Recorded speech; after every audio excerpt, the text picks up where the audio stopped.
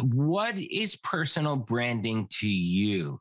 Um, Essentially, I work with a lot of, you know, startup founders, angel investors, people like that. So, and small business owners. And one of the biggest things that we want to be seen as an expert in our space. When someone thinks, I need somebody that's an expert in this, or I want to build a team, and you want to be the first one at the top of mind. So, one of the biggest ways to do that is through Google. And I think that is one of the things that they definitely don't utilize in the personal branding space. I feel like that is one of the biggest differentiators with me is that we create content, SEO the content, and so that our clients show up in search and they can attract clients, they can attract opportunities, speaking engagements, and things like that. So that's one of the biggest things to me. So your personal brand is really how you are seen online. So when someone's doing a ton of, they're doing research and they're finding who's the best in a market. I mean, my co-founder just got off a call with somebody who wants to work with us, and he's in Belgium because I showed up number one in Belgium. I'm like, random, but it's all the work that I put into place, all the content I create, YouTube videos, podcasting. When you do a search, personal branding, I'm one of the top people. And that's the kind of thing that we do with our clients, because that is, most people think that if they do a Google search and you come up top, especially if you're on the first page, that you are the expert. They think that, that there's no way to kind of game the system and get on, it's very hard. It is very hard to get on the first page, and you actually do have to be an expert.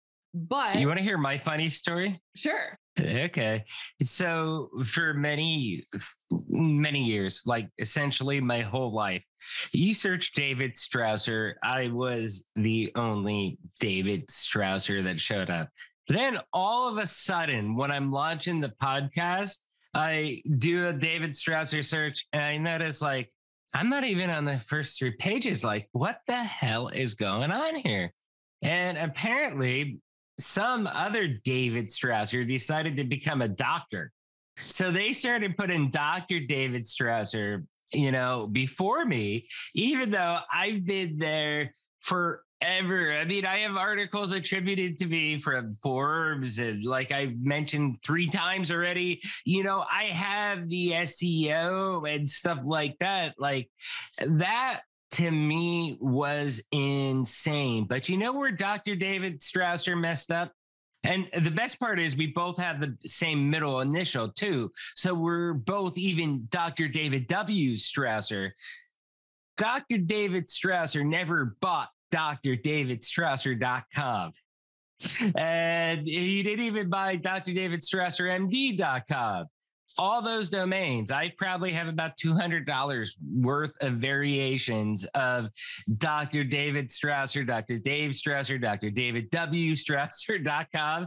And I am very, very, very protective as far as, and I put a lot of work But into it. Did you do that before you knew he existed, or only because you knew he existed? So I had the work in there before he existed, but I felt secure. So I may have gotten a little bit complacent, I would say, because I never had to compete before. But once that competition came in, and because he's a doctor, the way Google's algorithm works is they were automatically putting him above me. Let's put it this way. Okay.